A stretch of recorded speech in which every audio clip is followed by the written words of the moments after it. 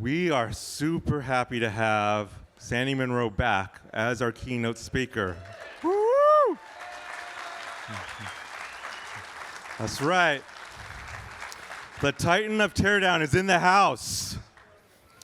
Sandy has been obviously a staple in the community, pro-Tesla, pro-advocate. He's met Elon, and I will say that he was our keynote last year. It was a standing room only, and he had such a fabulous experience. He told us he was coming back.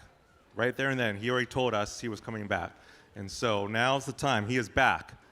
And so interviewing Sany Munro is going to be John Stringer for a nice fireside chat. So please give it up for Sany Munro.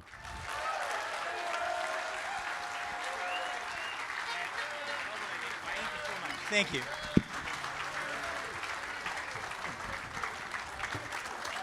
Wow, it's a big crowd. Wow.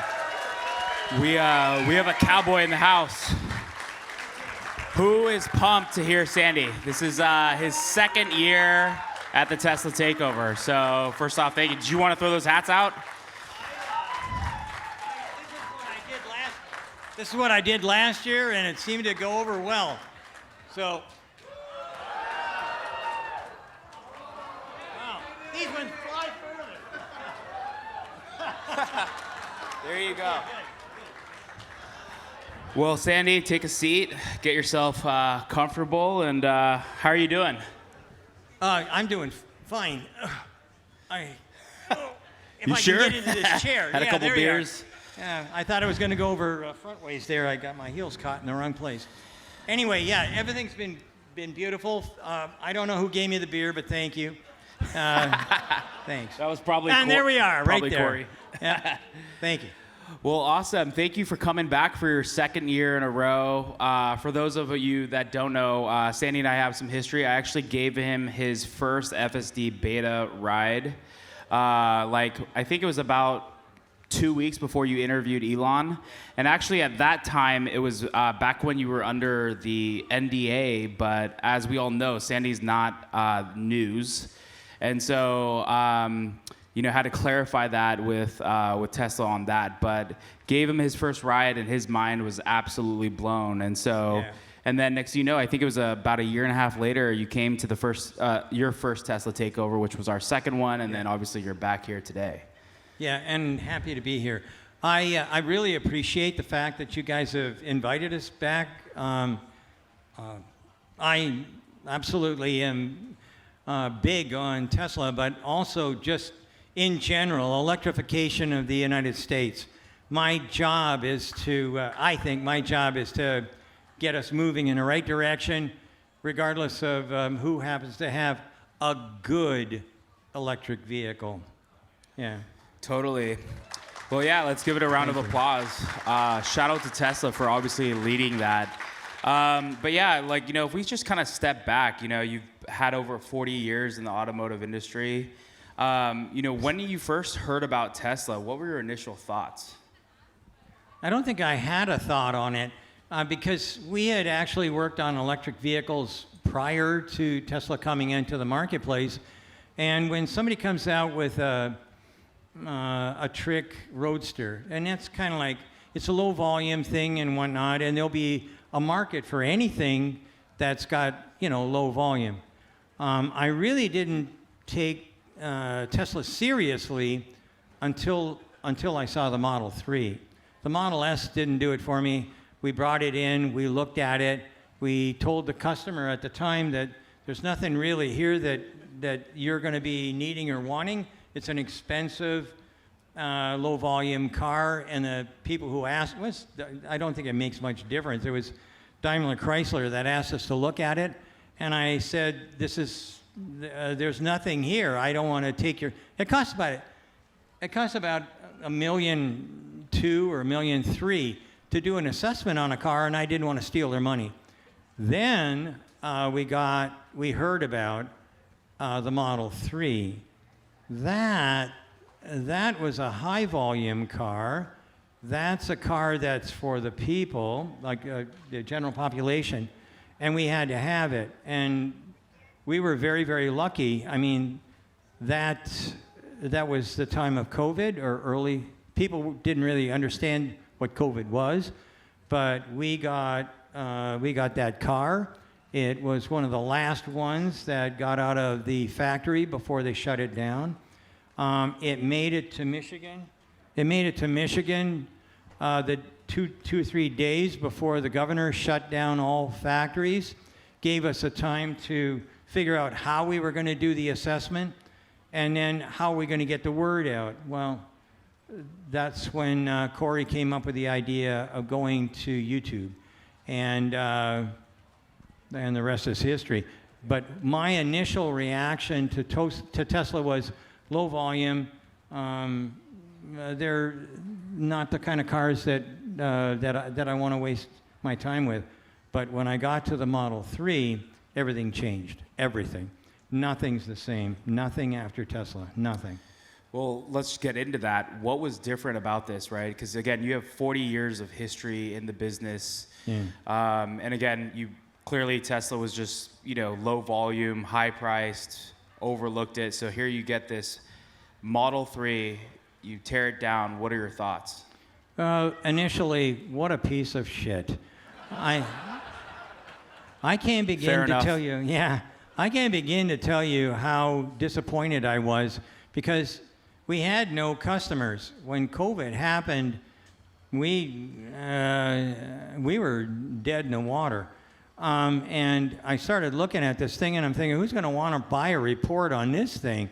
And I, quite frankly, had a near mutiny when I said that we were going to buy a Tesla and tear it apart, because we had already tried this a couple of times and it didn't work out. This, I mean, oh my God, the gaps, you could see them from the moon. But anyways, then once we got past the stuff that is obvious, and once we started digging into the electronics, and by the way, I've forgotten his name, but he's walking around here somewhere. He's a big guy, and he is one of the guys that designs these circuit boards, and I can't see him. But anyways, he is an incredible electronics engineer.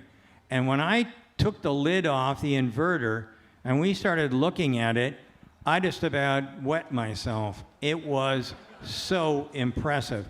And then as we moved through and started looking at all the electronics and how incredibly efficient and effective the design was, okay, so they can't make the gaps and the paint sucks.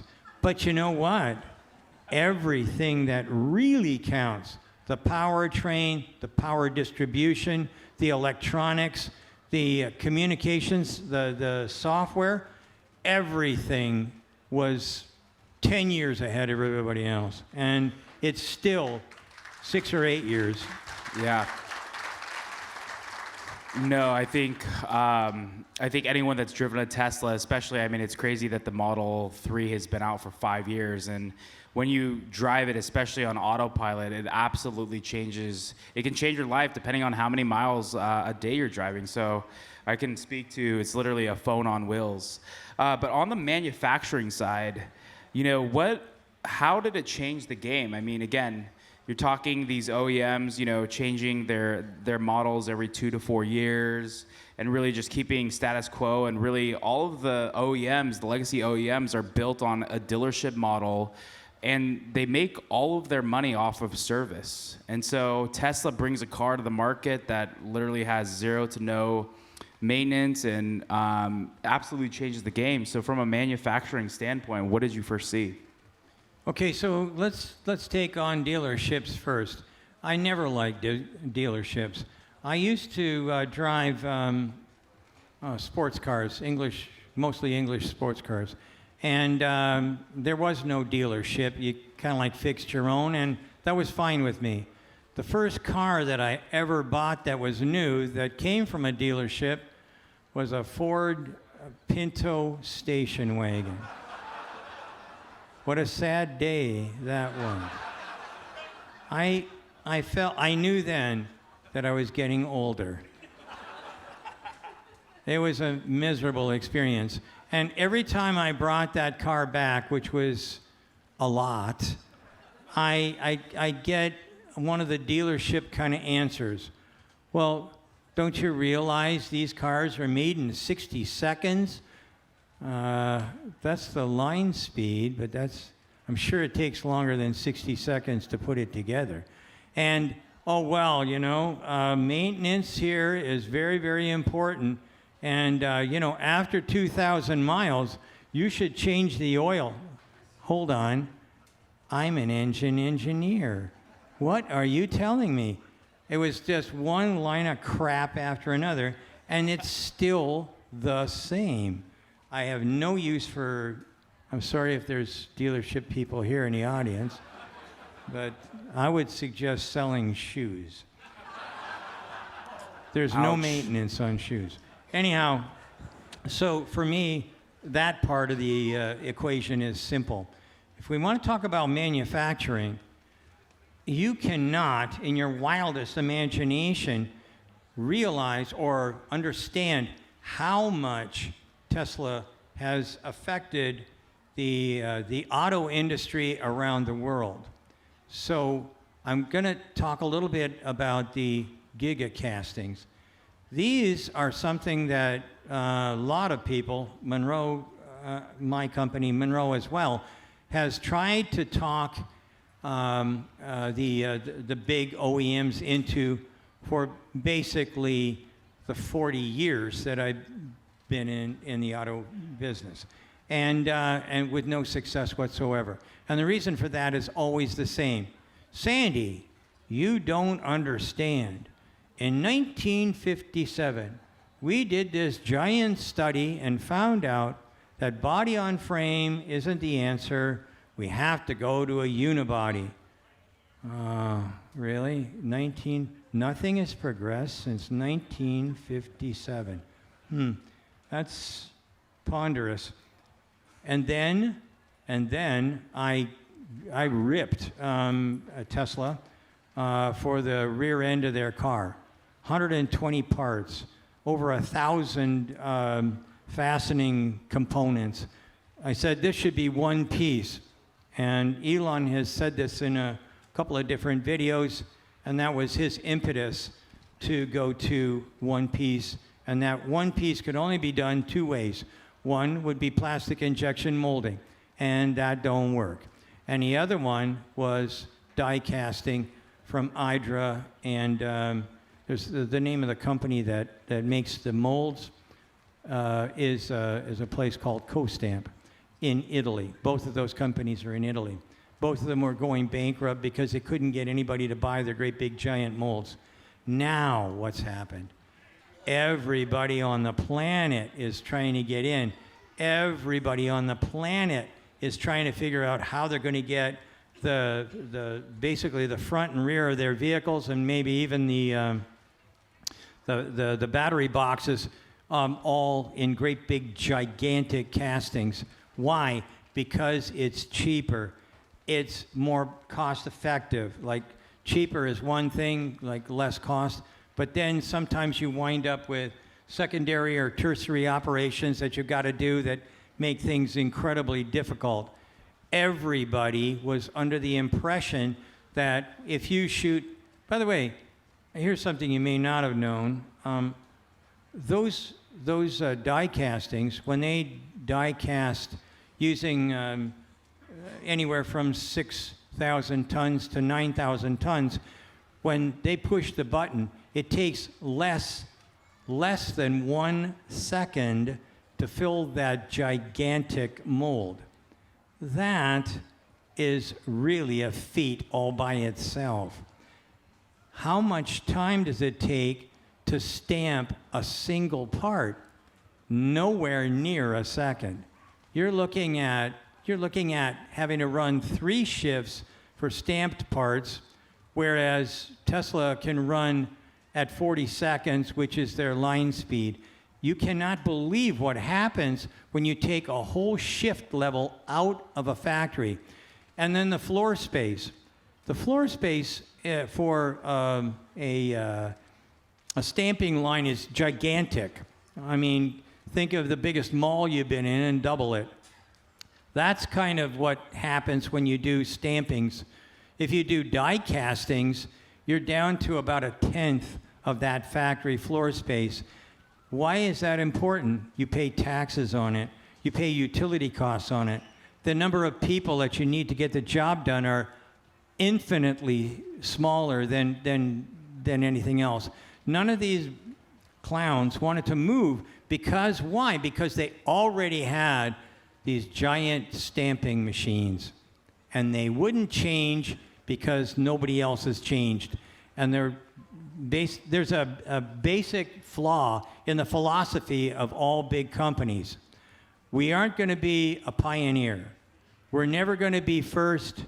I'd rather be second and better dressed. Get real. It don't work like that. It doesn't work like that at all. No one remembers who came in second. No one ever remembers who came in second. That's kind of what you should be thinking about if you're running a big organization. Thanks for dropping all that knowledge. So you tear down the Model 3. Obviously, it was a piece of junk initially, but you realize everything as you're going through the build, the software, all of that. How has Tesla evolved in their manufacturing as you've torn down the Model Y, the Plaid?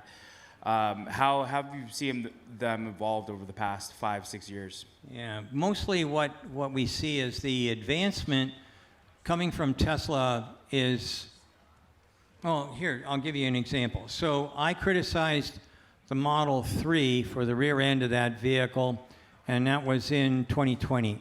And then in 2021, we got the first Model Y, and it had 2 big castings and a plate that kind of joined them together in 2020. I think it was 2020, or 2021, I should say. And then in 2022, that 2 casting deal had turned into 1 casting. There's nobody that moves that fast. We have a trick phrase, and we say that Tesla moves at the speed of thought. The speed of thought.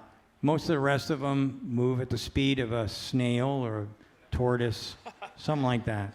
And so that's why when people say, well, everybody's going to catch up to Tesla, I can tell right away that that person knows nothing. Zero. There's no way that can happen. Yeah, it's insane at the amount of speed that they're working at. They're moving ruthlessly. I personally haven't ever seen any other company moving at the speed of Tesla.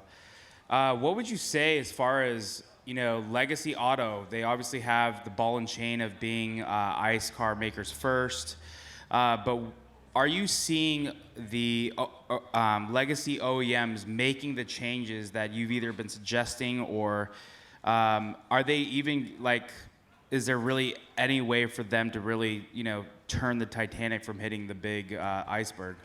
I thought that you're going to say catch up. And then I had a whole 15 minutes. Yeah, I know. You probably heard this speech already. But anyways, I would suggest that there are some companies that don't have to, they don't have to do the try and catch up kind of routine. And you saw one here in Aptera.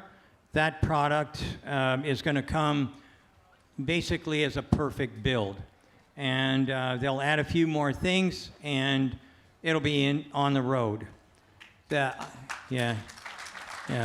Aptera will definitely be a success story. Chris, I don't know where you are. If you're over in here, he's probably already drinking margaritas, or he's putting them in a big glass, getting them ready for me. So that's one. Another one is, I'm staring right at him, Rivian. Rivian came out of nowhere, did everything different. In some cases it was good, some cases not so good. But you know what? They're making the changes that they need in order to produce a vehicle that you can actually afford. Now, I'm not here to give you press on Munro Live, but there's a Munro Live blog thing, whatever, I can't remember what it's called, but anyways, it was me talking to RJ Scaringe and talking about their new dual motor, which they designed themselves. The old one was made by Bosch, the quad, the one that my wife has, is a quad system. That system is heavy, and can't remember all the numbers. I forgot my little piece of paper, but let's say that it's, I think, somewhere around 380 horsepower. And the dual motor, so there's only 2 motors, and they're designed and built by Rivian. And guess what? They almost have the same amount of horsepower for a 2-motor product versus a 4-motor product. Guess what that means? You're going to see a big reduction in the amount of cost. And quite frankly, 99% of the people are never going to ever need a Rivian for rock crawling. Okay, so I want it, but I can guarantee you that the rest of the world is going to go for that dual motor. And why is it so good? Because they did it internally. They aren't buying it from somebody else who's just got another thing to peddle. So that's kind of like the 2 new guys on the block. As far as the older companies, probably and I've said this a dozen times, the company that probably risked the most and is going to reap the most rewards is Ford. The F-150 Lightning is not a Rivian, and it's definitely not a Cybertruck, but it is, without a question of a doubt, the best work truck ever. And I mean that ever, forever. I have no idea why GM decided to put out a Hummer, which was already a loser. They tried to peddle it, and they couldn't get rid of the damn thing.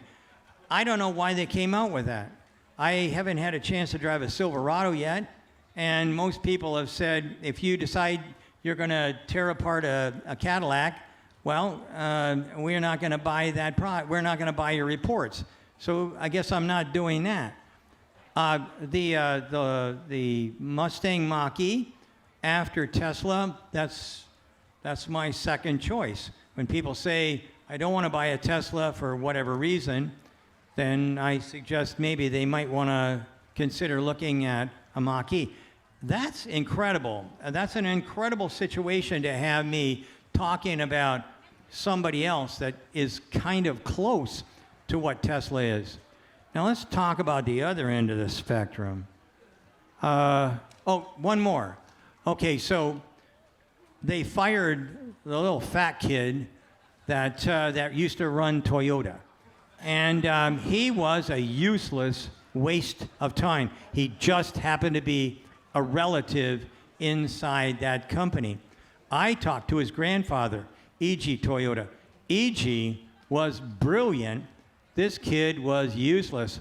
And he wanted to make everything hydrogen. Hydrogen works on big trucks, airplanes, ships, things like that. They don't work in cars. And they should have found that out when they brought out the Mirai and nobody wanted it. And they should have figured it out when they found out that, hey, you know what? I can't get hydrogen fast enough, and so why am I wasting my time on this? Finally, they moved him out of the way. The new kid, or the new guy, he's no kid. I met him when I was working with the people at Lexus, or Nexus, I should say. No, Lexus, sorry. And guess what? This kid was wicked smart. He was like in his 20s, and he was already a manager, which doesn't happen at Toyota. This guy has got the right vision. So in the past, I've said, Toyota hasn't got a hope in hell. Now I'm changing my mind because I know that Toyota is having, they call it Kaikeku sessions. It's where I'm going to tell you what it used to be. The executives would go up north to these hot springs, and Kaikeku means a rapid innovation that only can be handled by upper executives. So they go way up north on the North Island in Japan to these hot springs, and they get naked. They get naked, and then because they want to get closer to each other. Personally, I find that a little tacky or a little bit harsh. I can't see me doing that. So anyways, and especially they're all old guys. I mean, oh my God, it'd burn your retinas up. Anyhow, that's what they do.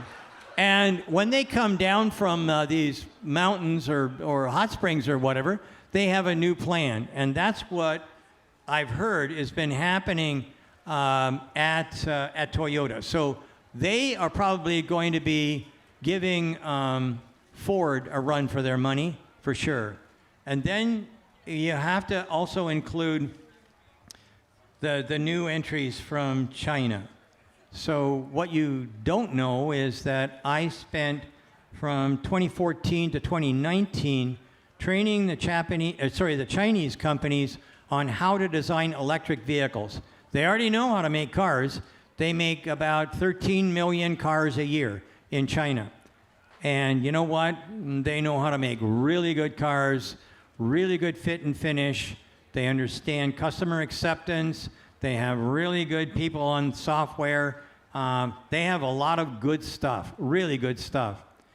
BYD will kick anybody's ass in North America except for Tesla. And that's a fact. BYD is not alone. Geely is also absolutely stunning, and they own Europe right now.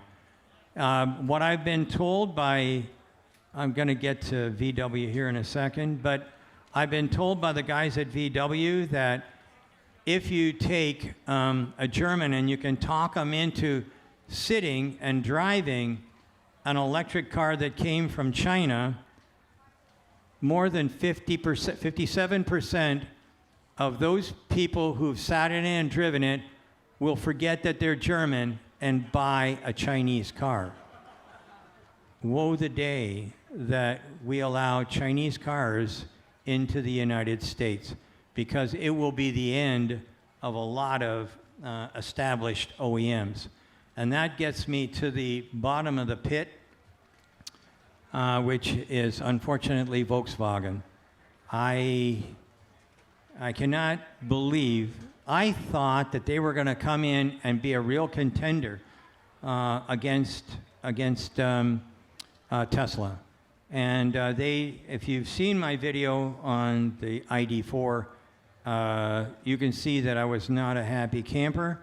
Eric, that was the first day. Eric is the guy that does all our videography or runs the videography group.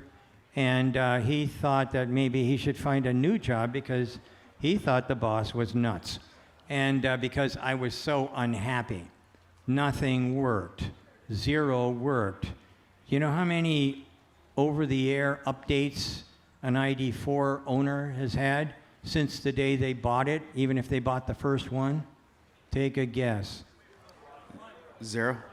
0 is correct. Jeez. Who? I mean, really, at the end of the day, you can ask a lot of questions, but there's no answer. None. VW has lost its way. They've lost 1 million vehicles in China already this year. That's a lot of vehicles to lose. They don't have anything in the market that people want, and they can't even sell them to Germans. I would not recommend looking or wasting your time looking at an ID4. So there you go. You've got the top, the Tesla, and then there's others. So. You just make it so simple. But so I think so this is the year of the Cybertruck, right? And I know you've seen it. Hopefully. It's gonna happen. Look at, I got my Cybertruck shirt on here. Yeah. No, you're decked out. But yeah, this is the year of the Cybertruck. You know, I think Elon said several times, earnings calls, tweets, whatever, or X's, whatever it's called now, that, you know, there may be a delivery event happening in September. We're seeing them all on the road in Fremont, Palo Alto. It's like, feels like they're just all over the place. You've seen it several times at various events, gotten semi-close. What are your thoughts on, and what you've seen? I think there's been some leaks as far as like even some gigapresses and other things like that. What are your expectations to tear one of those down, and potentially what's going to be different about them versus other Tesla vehicles? I'm pretty sure that when we tear it down, the surprises that we're going to get are going to eclipse anything we've seen on any Tesla vehicle up to now. That's what I'm expecting. I'm also expecting that this is not really an exoskeleton car. It's really kind of like a structurally built body in white and black metal car. So there'll be hoops and stuff like that are, when I saw the pictures, that is not what I'd classify as an exoskeleton vehicle. So that kind of is disappointing in one respect because they failed to give us what I thought they were going to give us. However, that truck will be amazingly safe. Crashworthiness-wise, I imagine that a small tank would come in second against the Cybertruck. I'm expecting that there's going to be a lot of very, very happy people if we can get one of those. By the way, anybody who has like a dozen Cybertrucks on order and gets one in a hurry, I would really like to buy that spot. I'm not kidding you. I've got a lot of competitors, and we would like to be first to get that thing and then tear it to pieces. What's Ryan that? from the Kilowatts has 53 on order, wherever he is. It's going to be the biggest Cybertruck fleet in the world, probably. Well, I don't see him. But yeah, maybe we'll talk to him. Well, this is a big audience, and I'm hoping that somebody's got one that I can buy. We have others that we can maybe get kind of early, but earliest the best. If I could, I may get down on my hands and knees and beg. I've done that before. And any of the guys in here that haven't done it before, they're lying right now. Okay, so I don't have a problem. And May Musk is coming tomorrow, so who knows? She's got a good connection. Maybe. I think just a little bit. But hey, you heard it here. Sandy is looking for an early reservation, so feel free. Yeah. Maybe you could even come and stop by and talk with him and ask him to come through. Yeah, and if you don't want to talk to me, you can talk to Corey or Eric. Some people, they'd rather talk to the cute guys instead of the old guys. Hey, and by the way, I just was going to mention something. May Musk is coming tomorrow, and it suddenly dawned on me that we have some things in common. Number one, we both love Elon Musk. Number two, we're both in our 70s. Number three, we're both Canadian. And number four, we're interested in the planet, not necessarily, just what's fashionable for today. So I was very, very, very impressed when I read a little bit about her. I think that she's going to be a marvelous speaker for tomorrow. And you may find me somewhere in the front row on my hands and knees. There you go. All right, this is not hopefully live recording, so she won't get wind of that, but we don't want to give any previews to what Sandy may be doing. Sandy, thank you so much for being here. Let's give him a round of applause. Thank you all. Thank you. Thank you. So we may have to save him a seat tomorrow for a front row seat with May Musk. But yeah, so thank you guys again. Thank you, Sandy. Thank you, Corey, for coming out here the second year. But stay tuned. We're going to do a couple of photos along with a ton of giveaways. So we're going to be doing 2 big days of giveaways. So if you obviously got all your stamps and everything else, you hopefully turn your passport cards. But I'll let you go. Otherwise, you'll. Oh, okay, great. But, thank you so much. Yeah, no, thank you, Sandy, so much.